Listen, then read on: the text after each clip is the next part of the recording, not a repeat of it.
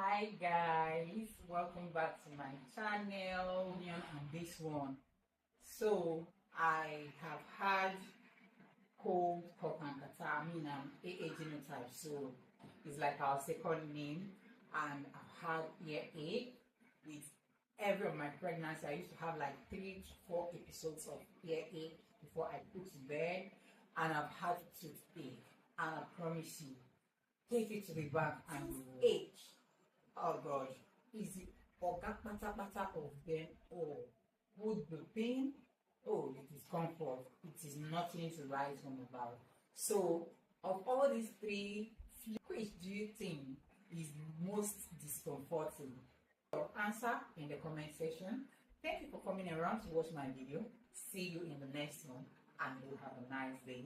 Bye bye.